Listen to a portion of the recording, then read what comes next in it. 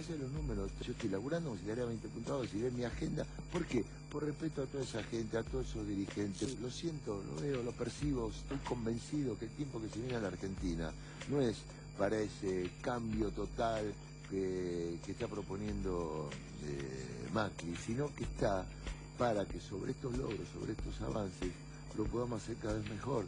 Y eso es lo que yo le propongo a los argentinos desde el sentido común, desde algo que para mí es la esencia de cuando uno toma decisiones en la vida. Fuimos por el cambio profundo porque tenemos valores, nosotros creemos en las ideas que venimos impulsando, no vamos en búsqueda de nuestra salvación personal, no vamos realmente para producir un cambio positivo para toda la Argentina, que haya trabajo en toda la Argentina. La Argentina tiene con qué. Si no tuviese con qué, no estaría acá. Porque yo confío en cada uno de los argentinos que nos está mirando. Yo sé lo que son capaces de hacer. Yo creo que crecimos mucho. Crecimos.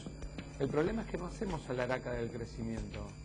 Nosotros trabajamos todos los días en seguir construyendo una fuerza política en la provincia y en el país.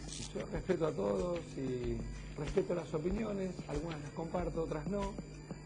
Y seguramente el tiempo nos permitirá que café de por medio y con los resultados a la vista quede claro quién tenía razón.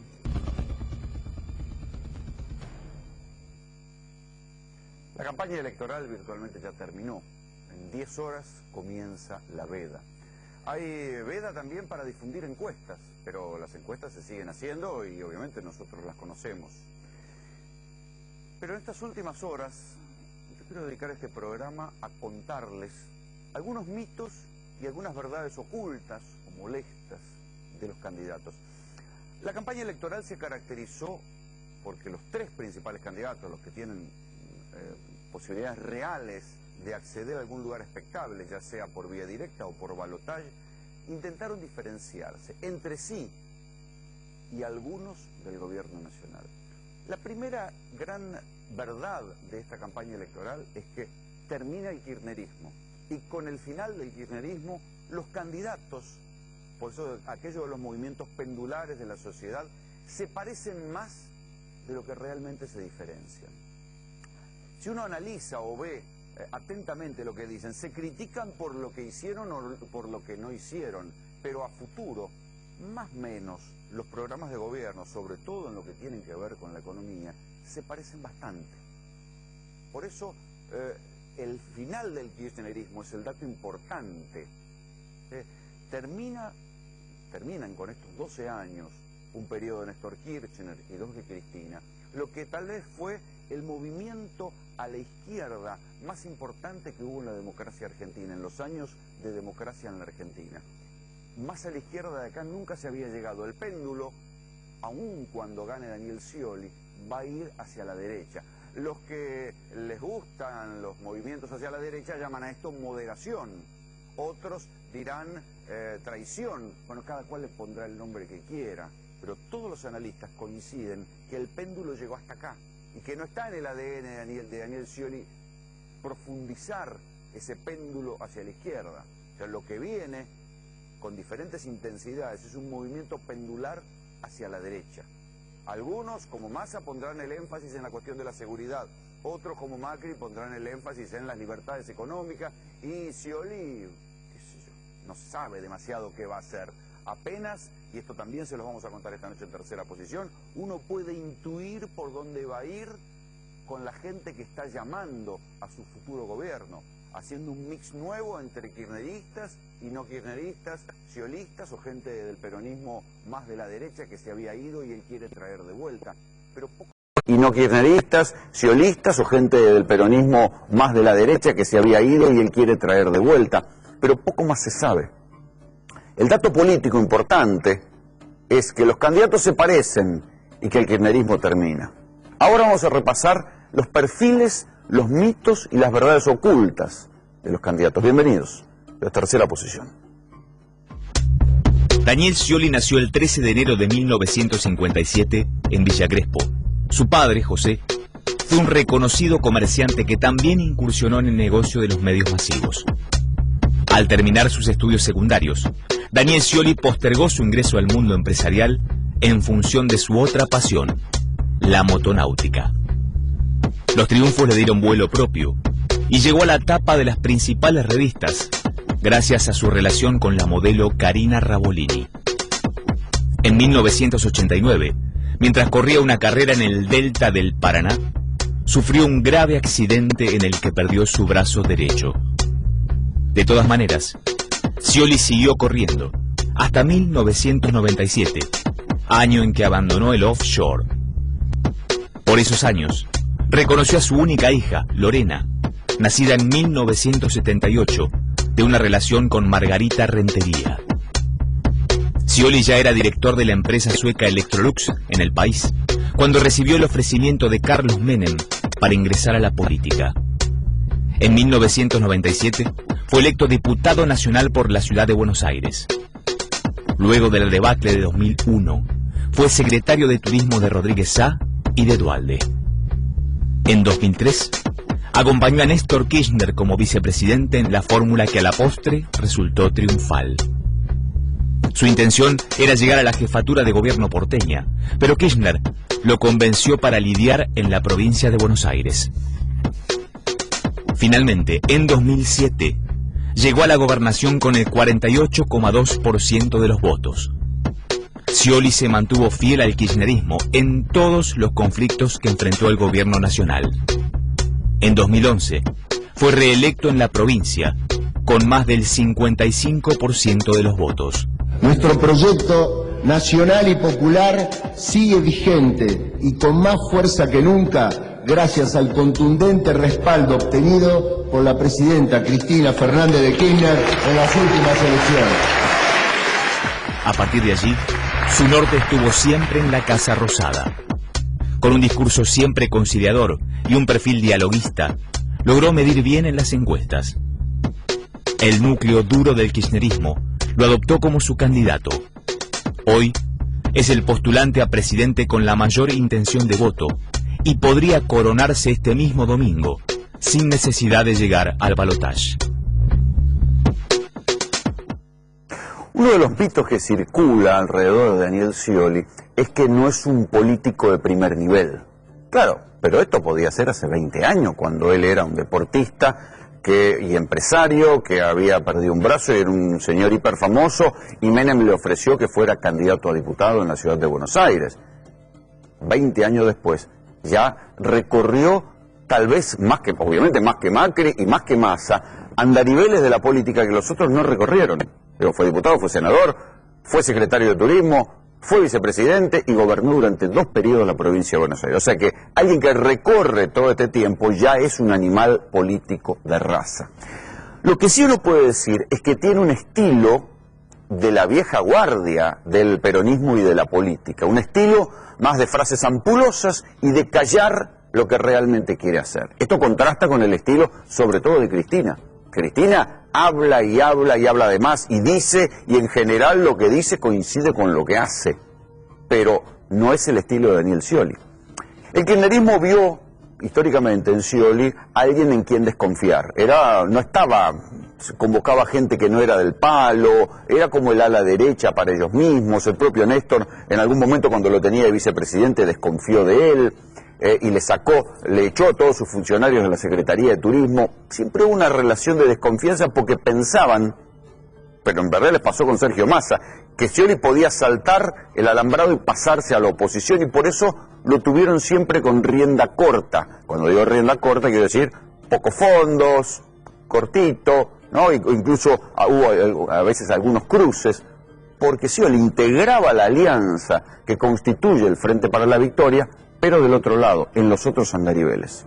Ahora viene la otra cuestión. En los otros andariveles. Ahora viene la otra cuestión. ¿Qué va a hacer Scioli?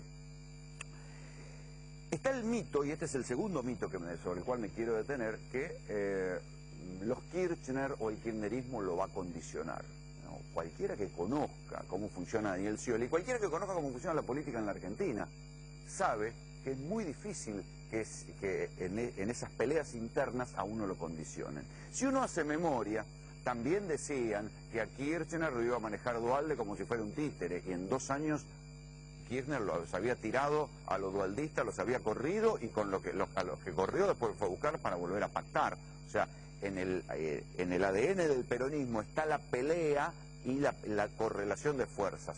¿Durará? ¿No durará esto? Bueno, ahora se verá.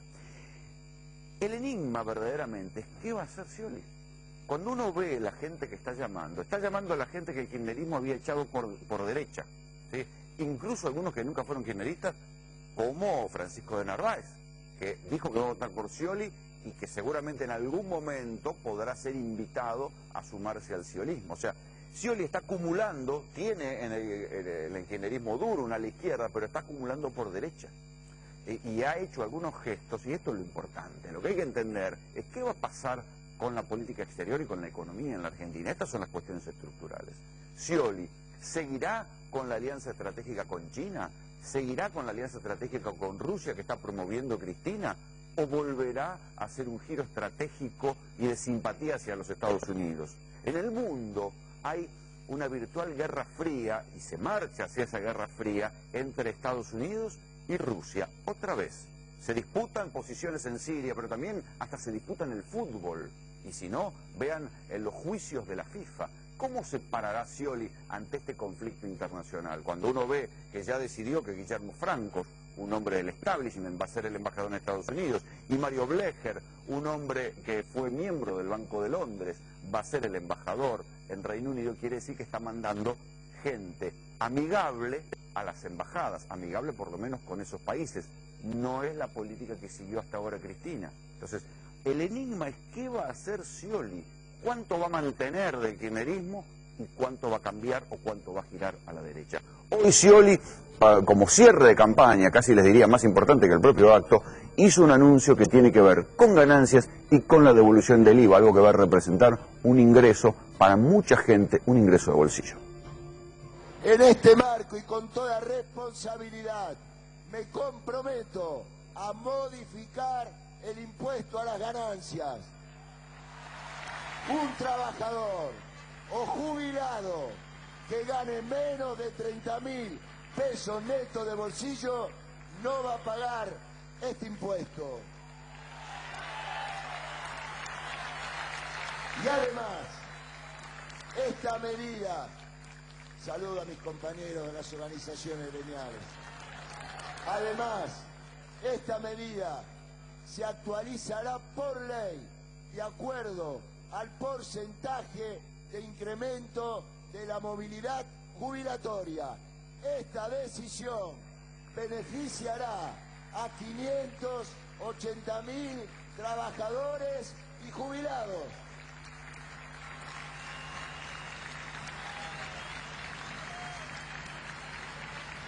Y se suma a mi compromiso de devolverle el IVA a jubilados y beneficiarios de programas sociales, lo cual significa un aumento en sus ingresos del 21%.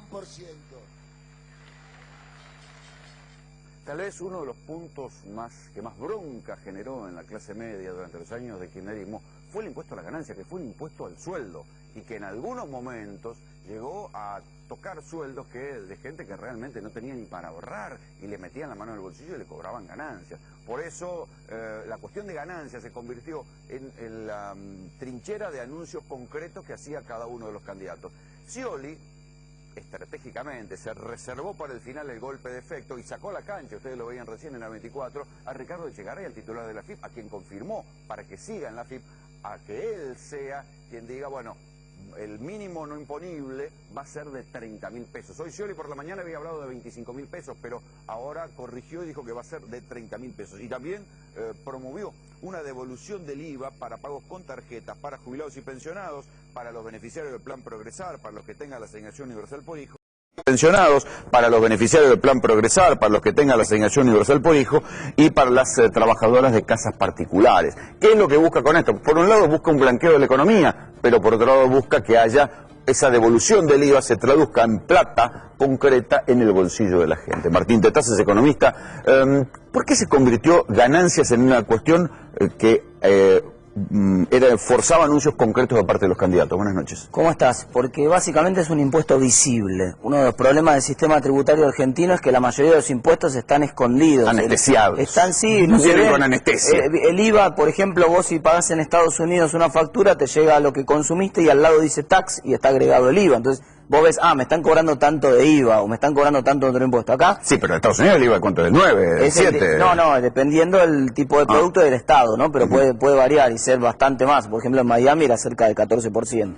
Ahora... Nunca el 21 de acá. No, por supuesto lejos del 21 de acá, pero la diferencia era que era visible. El problema central es que acá los impuestos no son visibles, salvo ganancias. Entonces, la misma persona que se quejaba porque le venían, qué sé yo, 2.000, 3.000 pesos de ganancia, nunca sacó la cuenta de que por los consumos de IVA en realidad estaba pagando mucho más que eso, seguramente, claro. O por los descuentos... Pero es que era irritante, que vos veías un neto en el sueldo y después decías ganancia y te sacaban 2 lucas. Bueno, pero...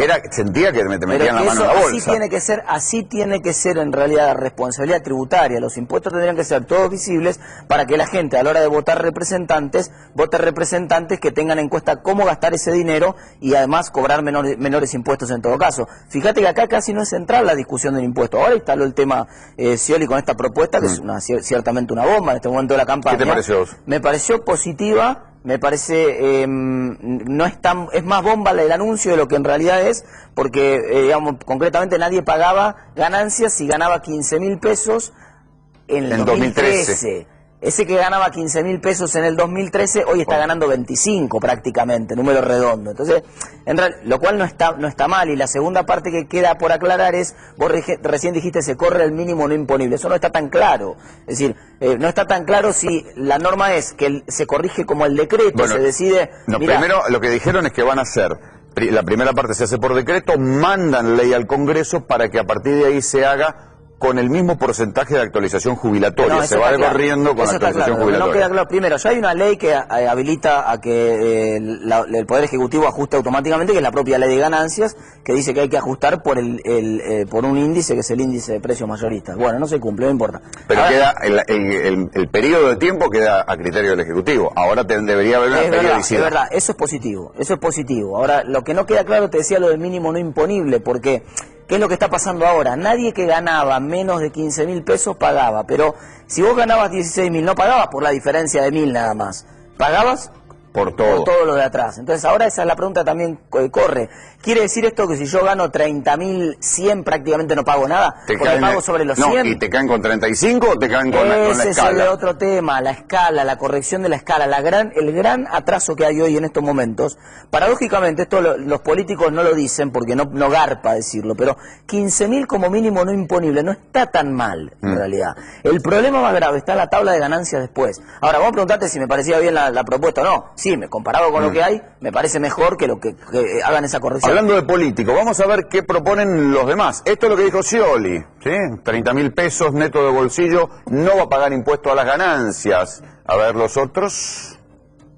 Ahí está Macri. En mi gobierno no habrá impuesto para las ganancias para los trabajadores, lo va a tener que pagar la gente que más gana. ¿Sí? Y vamos a ver qué dijo Massa. A partir del 1 de enero voy a aumentar los salarios de los trabajadores porque voy a eliminar el impuesto a las ganancias.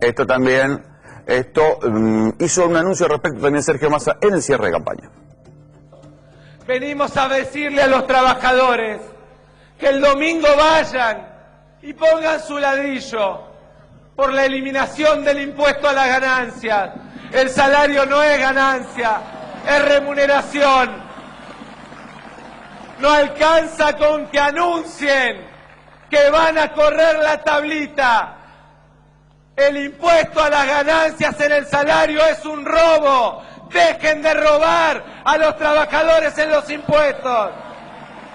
Venimos a decirles que pongan su ladrillo para tener su primer vivienda. 1.200.000 créditos hipotecarios para que cada argentino que hoy tira la plata a la basura en el alquiler pueda ser dueño de su casa. La plata a la basura en el alquiler pueda ser dueño de su casa. ¿Se puede eliminar el impuesto a las ganancias o no cierran las cuentas? No, sí, no es un problema tanto fiscal como el problema, porque prácticamente la relación es 80-20, 80% viene de ingreso de las empresas de ese impuesto y 20% de las familias. O sea que realmente el impacto fiscal no es tan grande. El problema es primero que lo iba a aprobar el Congreso y en segundo lugar que estamos cerrando el vizcachazo porque el problema no es ganancias. Insisto sobre este tema, lo que vos me planteaste al principio, todos hablan de ganancias porque es el impuesto más visible, porque garpa electoralmente hablando, pero hay que ser honestos. Yo no soy de candidato a nada, por eso lo puedo decir honestamente. El que hay que eliminar, hay que empezar a eliminar primero los distorsivos, la inflación, después el impuesto de los ingresos brutos en las provincias, después el IVA, tratar de bajarlo de la aberración del 21% que está, 21 para algunos, porque hoy dijo sí el 21. Ojo, que hay bienes, los servicios, por ejemplo, tienen 27. Cuando vos hablas por celular, que encima los pobres son los que más hablan por celular, con lo cual es súper regresivo, están pagando 27%. Esos son los impuestos que tenemos que bajar. Ahora, claro, el tema es que son impuestos que no se ven. Entonces tenemos que visibilizar los impuestos, hay que empezar a lograr... Sí, te llevan dormido. Hay que cambiar la ley de defensa del consumidor, hay que pedir que los impuestos figuren en la nómina por separado en el precio del bien para que la gente empiece a reclamar más y se meta de lleno en los debates electorales. Fíjate en Estados Unidos, en la última campaña presidencial hubo 5 debates presidenciales, a diferencia de acá, 5 debates presidenciales. Uno de los debates estaba dominado por la política tributaria, era ¿qué van a hacer con los impuestos? Claro, pues son muy visibles, la mayoría de la gente paga ganancias. Acá tenemos que ir de un modelo donde la mayoría de la gente, está mal que la gente no pague ganancias, la gente tiene que pagar ganancias, lo que no tiene que pagar son todos los otros impuestos. Supuesto camuflado. Martín, gracias por venir. Gracias a vos. Ahora sí vamos a pasar a Sergio Massa, esta consigna que nos pusimos para hoy, último día antes de la veda electoral.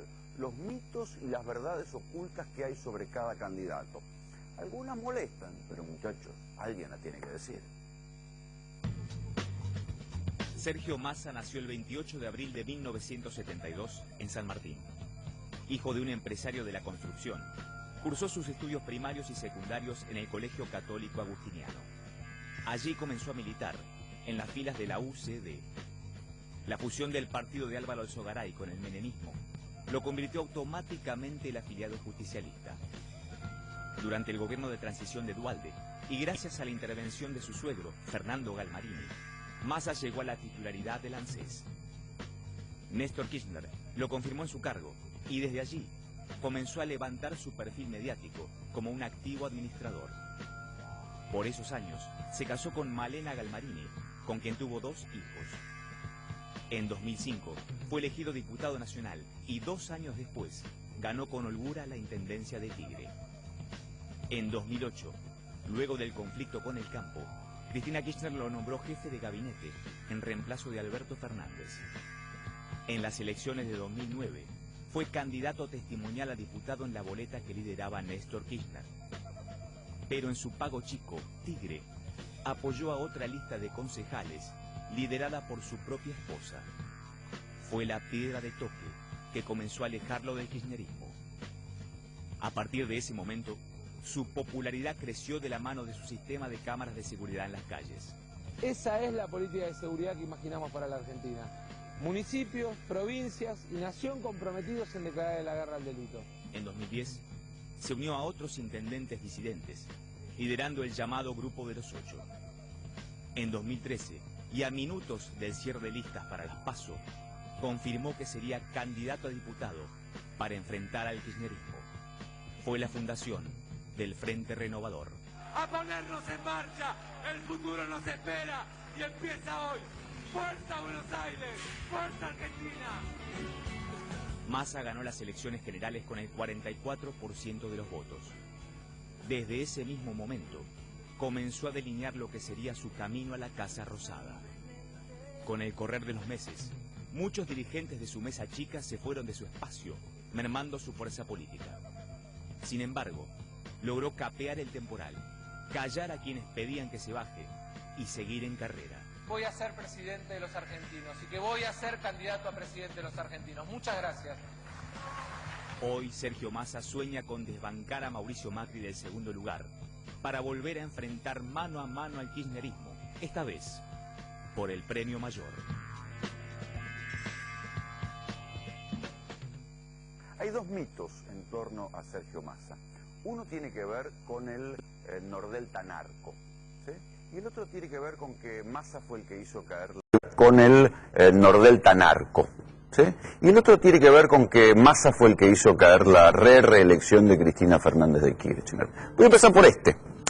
Massa muchas veces dice que su triunfo fue el que hizo caer la reelección de Cristina Fernández de Kirchner. Y la verdad que esto tiene mucho de autoelogio o de mito, porque Cristina nunca había dicho que iba a ir por la reelección. Habían sido sus laderos más exagerados, como Diana Conti, que hablaba de Cristina Eterna, qué sé yo. Pero además, aun cuando el kirchnerismo hubiera ganado, no le daban los números, porque tenía que tener el 75% de ambas cámaras para forzar una reforma constitucional y después ganar una elección. O sea que esto hubiera sido muy difícil que se lograra.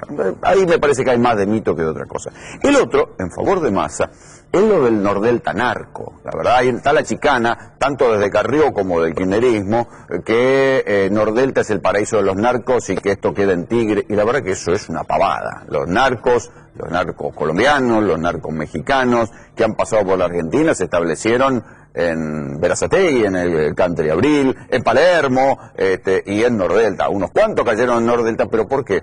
Porque los narcos, muchachos, no van a vivir a la villa, van a vivir a los lugares más caros, donde se pueden disimular como poderosos empresarios, como uno del cual les vamos a hablar ahora, el famoso Mono, que cayó en la operación Narcoarroz. Después les vamos a contar un poco el prontuario de este muchacho esta noche en tercera posición, pero el Nordelta narco es un mito y es una chicana. En verdad, si los narcos fueron a parar a Nordelta y hubo ajustes de cuenta que no fueron esclarecidos en San Isidro, ahí la responsabilidad es de la justicia, tanto de la justicia federal, donde está Sandra Arroyo Salgado, que no ha resuelto varias causas por narcotráfico, como el fiscal general Julio Novo, que está yendo a un juicio político y a indagatoria justamente por no haber investigado bien casos de sicariato vinculados a narcotraficantes colombianos. O sea que ahí la falencia es sobre todo de la justicia, tanto federal como provincial.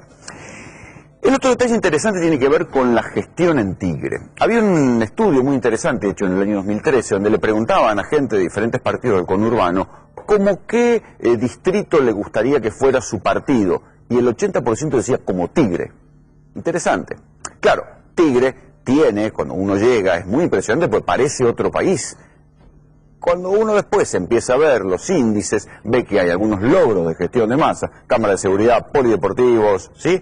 Pero hay otras cosas duras sobre las cuales la gestión de Massa y sus continuadores no pudieron perforar. ¿Sí? El candidato opositor, el Frente para la Victoria, Sergio Spolsky, recuerda siempre que los niveles de agua potable y de cloacas en Tigre no son superiores a los del resto de la provincia de Buenos Aires. ¿Sí? Entonces ahí hay un déficit de gestión que por supuesto Sergio Massa no lo va a destacar él en la campaña. ¿Sí? Sí hay una cuestión que esto también coincide con Mauricio Macri, que la gente valora, ¿no? Que es el cuidado del espacio público, que haya más respeto por el espacio público, que uno ande por una calle y se vea bien iluminada, se pueda andar, las veredas funcionen. Ha sido también una de las cosas en las cuales tanto Massa como Macri sí pudieron ostentar como vidriera de gestión, ¿sí? Y al ostentar vidriera, uno también puede ostentar gestión, pero claro, después hay que ver los índices y los números, a ver si lo que uno muestra decorando bien la calle y poniendo las cosas lindas, se reproduce en los números profundos por abajo. ¿Qué pasa con Mauricio Macri? Mitos y verdades ocultas. Mauricio Macri nació en Tandil, el 8 de febrero de 1959.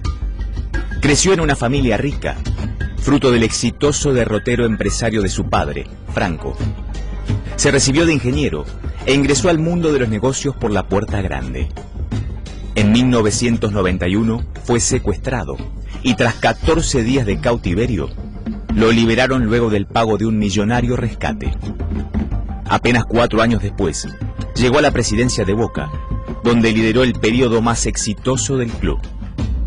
Amparado en los 17 títulos, se lanzó a la carrera política. Algunos todavía me preguntan por qué me meto en política. Un terreno tan difícil, donde tu nombre se pone en boca de muchos y no para elogiarlo. En 2003 fundó su propio partido, compitió por la jefatura de gobierno porteña, pero perdió con Aníbal Ibarra en el balotaje.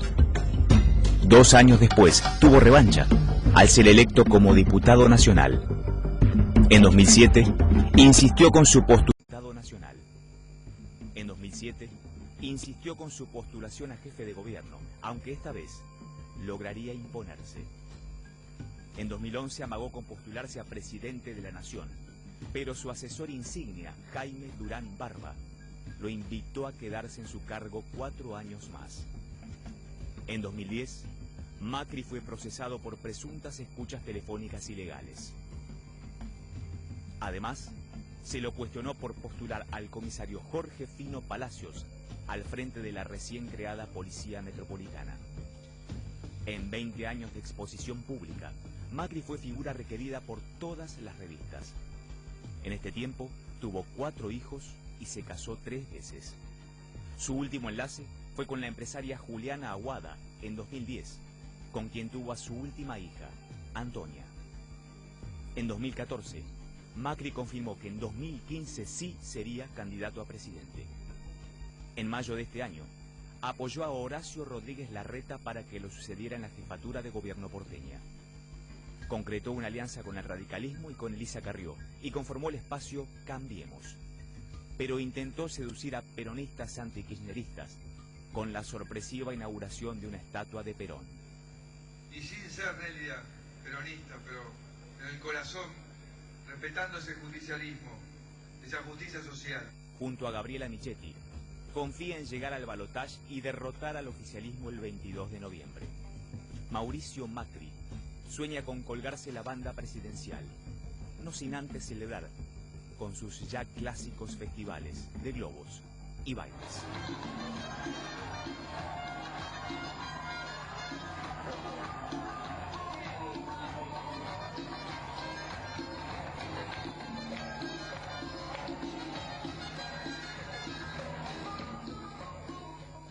En el mundo de la política se dice que los candidatos, cuando están entrenados para responder de tal o cual manera y decir lo que quieren y no lo que se les pregunta, están coacheados, ¿vale? Es decir, están formateados para responder solo lo que se les da la gana. El PRO ha hecho de esto un culto, ¿sí? Así como aparecen todos delgaditos y bien entrenados, están muy bien entrenados para no contestar las preguntas, o por lo menos para dar respuestas con un grado de falsedad a veces importante.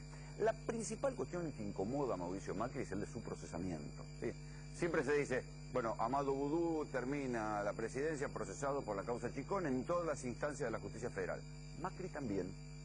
Yo les contaba ayer la paradoja del espacio PRO, donde 2 de sus diputadas denunciaban al gobierno nacional con una lista sin membrete y sin nombre de pinchar teléfono, cuando sí su propio jefe político, Mauricio Macri, está procesado con todas las instancias confirmadas por pinchar teléfonos, y que solo está pendiente su elevación a juicio cuando todos los demás miembros muy cercanos a él, como el jefe de la Metropolitana y su propio ministro de Educación, fueron ya elevados a juicio oral y seguramente van a ser condenados por la pinchadura de teléfono, porque es casi un delito probado. No hay mucho para discutir.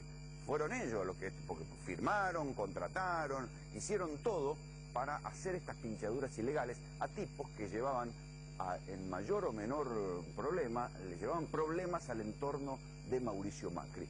Cuando uno le pregunta a Macri, fíjense qué interesante, cuando le preguntan a Macri por la causa de las pinchaduras telefónicas, que hay que decir que si hay balotaje, se va a discutir mucho, porque ahí sí van a ir a las trompadas, Scioli y Macri, seguramente, si entran, seguramente son los 2 candidatos si hay balotaje, van a ir a las trompadas con esta cuestión, porque Macri está procesado. Hasta ahora no se discutió mucho de esto de la campaña. Cuando le preguntan a Macri por su procesamiento de las escuchas telefónicas, contesta esto.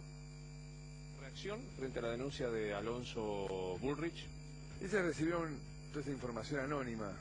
Hicieron una denuncia privada. Ya la primera reacción no es buena, porque la justicia debería haber hecho esa investigación en silencio, ¿no? Sin que trascienda. ¿Qué te dicen los nombres? ¿Te dice algo de lo que se ha publicado? Digo, porque hay de los más variados. Nada, me parece que aparte justamente por la variedad te termina demostrando que los que están detrás de eso no tienen nada que hacer. Y la verdad que no se entiende.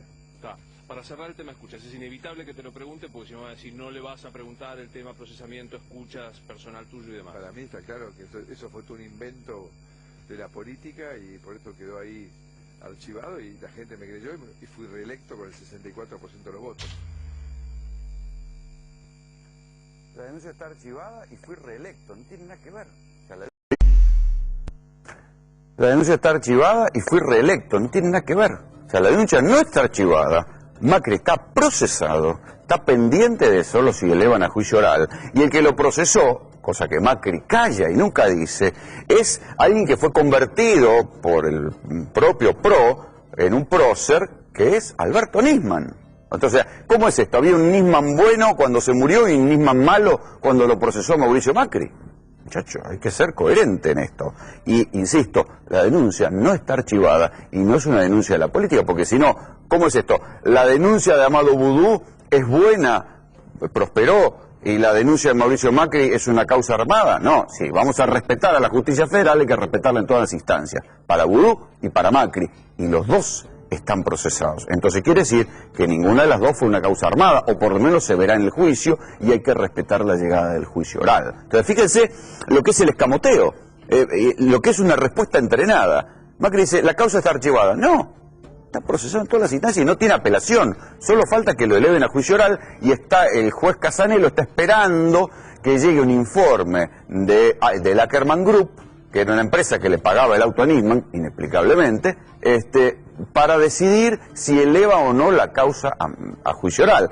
Pero las escuchas llevan a gente que molestaba al entorno de Macri, ¿sí? Y los funcionarios que estuvieron detrás de las escuchas eran funcionarios de extrema confianza de Mauricio Macri, ministro de Educación, Mariano Narodowski, que contrataba un espía llamado Ciro James, lo tenía ahí en un gabinete cuando era un espía, no tenía nada que ver con la educación, no era precisamente un maestro ni un pedagogo, y por otra parte estaba el legendario Jorge Palacios, el Fino Palacios, que había sido jefe de seguridad en Boca en los tiempos de Macri y que después fue el primer jefe de la Metropolitana. O sea que hay responsabilidad política, puede que no haya responsabilidad penal, pero está procesado. O sea, esto no hay que mentir en estas cosas.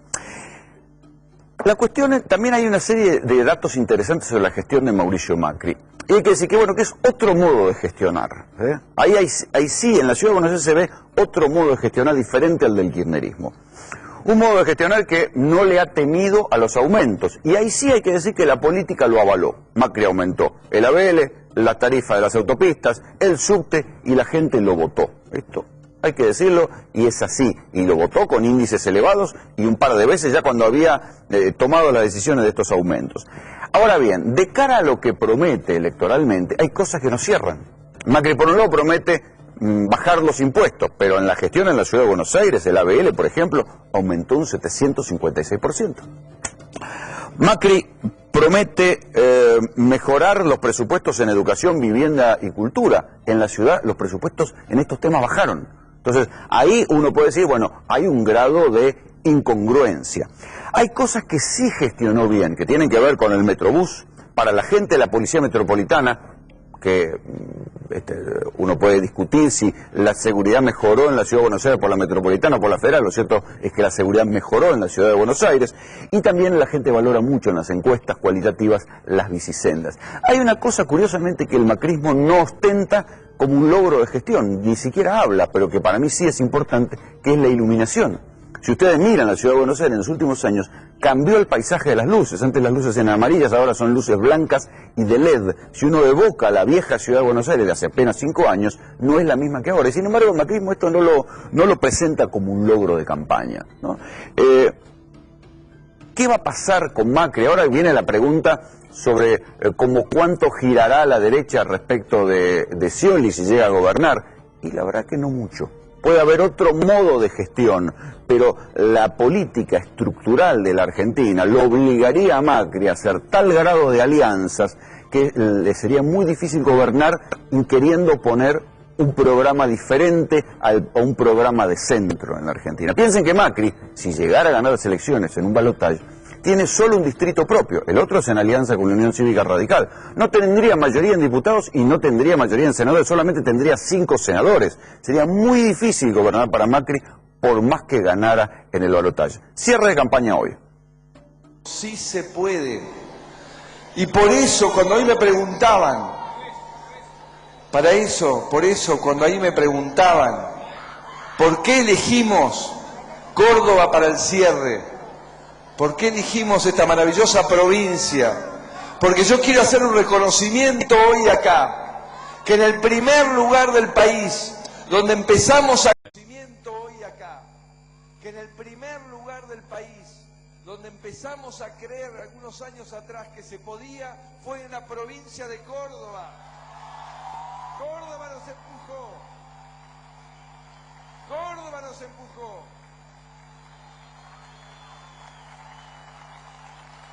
Y quiero hoy pedirle a los cordobeses, recordando su historia, que nos ayuden a que juntos hagamos un gran cordobazo del crecimiento, un gran cordobazo del desarrollo de la Argentina. ¿Qué pensará Agustín Tosco y René Salamanca, los líderes de izquierda, del cordobazo real de los 70, al escuchar a Macri pedir un nuevo cordobazo? Qué sé yo, pero no importa.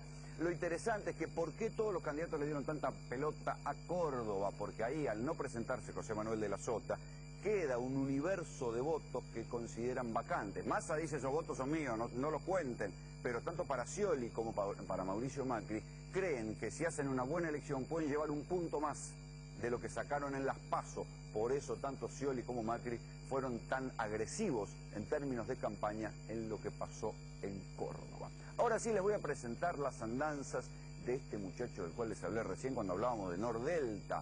El mono, el famoso mono, desde Palermo, no de Nordelta, desde Palermo manejaba, ahora sí, una gran banda de narcos colombianos. La causa conocida como Narco Arroz prueba que una organización mafiosa de colombianos y argentinos enviaba droga desde nuestro país hacia África y Europa. Hoy te vamos a contar en exclusiva quién es el policía retirado que desde Palermo controlaba todos los movimientos de la banda. Operativo de la FIP, cocaína camuflada en paquetes de arroz. Detectó un novedoso método de ocultamiento de la droga y una nueva ruta del narcotráfico. Argentina, África, Europa.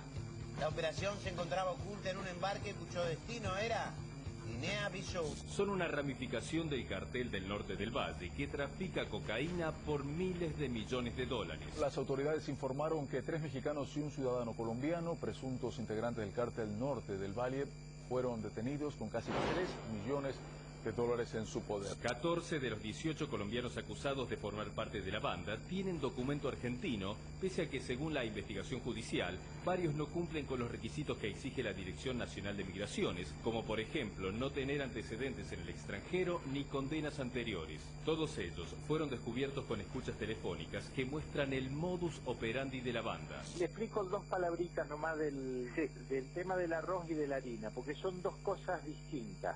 Claro, digamos, el trámite del arroz es, primero se hace la factura pro forma, después el comprador manda la plata y cuando llega la plata, el exportador tiene que pedir la autorización del gobierno. Los cabecillas son los hermanos Herman y Williams Triana Peña. Los dos tienen pedido de captura internacional y se les atribuye estar detrás del asesinato del colombiano Carlos Gutiérrez Camacho, acribillado el año pasado en Palermo. Y en este lugar fue donde cayó el cuerpo del hombre que mataron, un hombre que venía andando en bicicleta junto a su mujer, su pareja y 2 personas que estaban en moto. Le dispararon. Escuchamos unos tiros, acá estaba trabajando con gente, unos muchachos en moto sacaron un revólver y arrancaron y pegaron 6 balazos. Precisamente desde este barrio, desde Palermo, un ex policía colombiano, Carlos Olmedo Silva Cárdenas, manejaba y organizaba a toda la banda. Es el detenido más importante que hoy tiene el juez federal Sergio Torres. Se presentaba como manager de jugadores de fútbol y está acusado de haber participado en el envío de cocaína diluida en biodiesel. Esta es la primera operación que se realiza junto con la Gendarmería Nacional Argentina y entonces se ha conseguido desarticular con estas investigaciones una organización que pretendía introducir en España 60 kilos de cocaína disuelta en biodiesel. Esa vez cobró $500 000 por un trabajo que incluía conseguir documentación argentina falsa para uno de sus laderos. Otra de sus funciones era coordinar el tráfico de cocaína que desde Bolivia hacía Diana Suárez Heredia, la amiga de otra detenida, Natalia Obando López. Diana Cristina Suárez Heredia está acusada también de formar parte de la banda y plantean que traficaba cocaína y traía cocaína desde Bolivia para acá. Sí, que dicen que yo viajaba con ella y que supuestamente hacíamos las dos, nos encargábamos de eso. Es totalmente falso. En el expediente. Las dos, nos encargábamos de eso. Es totalmente falso. En el expediente, el juez Sergio Torres asegura que en su país, el Mono Silva Cárdenas tiene iniciado una causa por lavado de dinero y también es sospechoso de un homicidio por encargo en la localidad colombiana de Palmira. Fue detenido junto a su custodio el ex policía colombiano Nadine Ardila Angulo y se espera que las pistas de las actividades de los dos permitan a la justicia capturar a los hermanos Triana Peña y al resto de los prófugos de la banda. Acá hay una mala noticia y una buena noticia. La mala noticia es que estos muchachos, un desprendimiento del cartel del norte del Valle, venían aquí a la Argentina a establecer una base de operaciones para triangular cocaína de Bolivia y meterla en Europa, a gran escala. O sea, estos no eran unos muchachitos, unos cuentapropistas bolivianos, ni una bandita de narco peruano, no. Estos eran carteles grandes. Ustedes veían el tipo de lenguaje que utilizaban los contratados que hacían la logística para exportar el arroz bajo un paraguas humanitario en el programa Hambre Cero. Era altamente sofisticado, ahí había mucho dinero para contratar profesionales. ¿Sí? Esta es la mala noticia. La otra mala noticia es cómo llegó a ingresar este hombre, Carlos Olmedo Silva Cárdenas, 47 años, que tenía causas por lavado y sospecha de que había participado en un crimen, cómo llegó a radicarse en Argentina y tenía DNI legal. ¿Sí? La buena noticia es que la banda se desarticuló y que los tipos están presos y que no hay ningún juez, ningún fiscal, ningún policía asesinado por haberlos investigado, como sí pasaría en México o en Colombia. Esta es la buena noticia, que todavía el Estado argentino tiene reflejos y recursos para desmantelar una gran banda de narcos. Pero hablando de narcos, en el próximo bloque les voy a mostrar cómo logró zafar, a través de las investigaciones que van haciendo ahora los periodistas, cómo logró zafar el Chapo Guzmán cuando lo estaban a punto de capturar.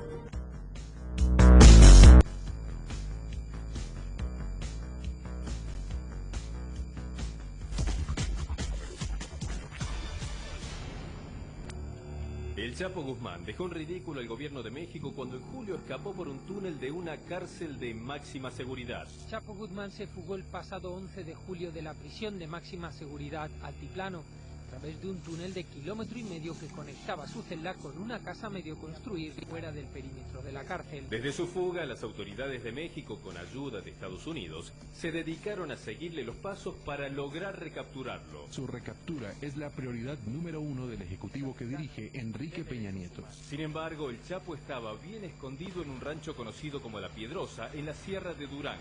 Los hombres del capo narco lo custodiaban las 24 horas y estaban armados hasta los dientes. Hasta el pasado 17 de agosto, esta austera cabaña había sido el escondite del Chapo.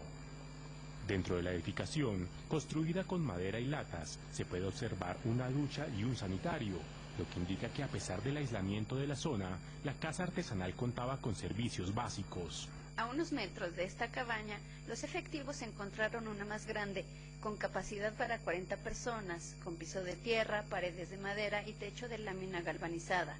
Se presume que en esta se alojaban los hombres que se encargan de la seguridad del Chapo. Ahí estuvo refugiado hasta que un operativo de la Marina de México puso fin a su tranquilidad. Como en las últimas semanas, las calles de varios municipios de Sinaloa volvieron a amanecer con decenas de militares, marines y policías federales patrullando, como parte del operativo especial para capturar al narcotraficante. El Chapo volvió a escapar, pero esta vez supuestamente herido en la cara y en una de sus piernas. La captura del narcotraficante Joaquín El Chapo Guzmán, el hombre más buscado de México, podría estar más cerca de tener éxito después de que el capo del narcotráfico mexicano resultara herido en la pierna y en la cara, uno de los operativos con los que las autoridades intentan cazarlo en el noroeste de México. Incertidumbre por el Chapo Guzmán. El capo estaría herido en el rostro y una pierna tras protagonizar enfrentamientos con efectivos de la Marina Mexicana. El mega operativo contra el narco más buscado del mundo dejó casas baleadas y vecinos heridos. La Marina irrumpió en un rancho cercano a la localidad de Cozalá, donde presuntamente se escondía el narcotraficante mexicano. Varios vecinos de los poblados de Tamazula, Durango, huyeron de sus hogares diciendo que la Marina comenzó a balear sus casas desde los helicópteros. Alrededor de 250 pobladores de todas las edades provenientes de Tamazula, Durango, municipio situado en los límites de Sinaloa, han dejado sus tierras al verlas convertidas en un campo de batalla. Los fuertes y continuos operativos en el noroccidente del país han dejado a la población en medio del fuego cruzado.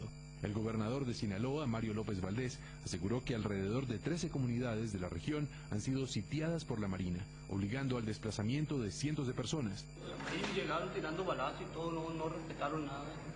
Cada quien agarró su camino, corrimos y salimos huyendo, corriendo por los montes. Sin embargo, el gobierno de México niega estas versiones y plantea que la Marina respetó estrictamente los derechos humanos. El gobierno ha negado que atacara a la población y la Marina reiteró el domingo que respetó estrictamente los derechos humanos. Pero una diputada local denunció que habría al menos 8 desaparecidos. Pese a que aún no han podido capturar al Chapo, las autoridades mexicanas aseguran que la Marina lo tiene rodeado en las montañas de Sinaloa. El gobernador Mario López Valdés dijo al diario Noreste que el cerco militar que implementa la Marina en la Sierra de Durango tiene como objetivo prioritario la recaptura de Joaquín El Chapo Guzmán, líder del cártel de Sinaloa. Las autoridades mantienen sitiada la zona para recapturar al capo más buscado del mundo después de que se fugara por segunda ocasión de un penal de alta seguridad en México. Pasaron varios meses de su fuga y el líder narco sigue poniendo en jaque a las autoridades mexicanas. Aunque las autoridades le pisan los talones al narcotraficante más buscado del planeta, hasta el momento la labor de recapturarlo ha resultado infructuosa. ¿Va a ser el fin de la leyenda? ¿Quieren atrapar realmente al Chapo Guzmán? Una pregunta de sentido común, ¿por qué utilizan la Marina para perseguir a un narcotraficante en la tierra? Bueno, porque es la única fuerza que, según el gobierno mexicano, todavía no está corrompida por los narcos.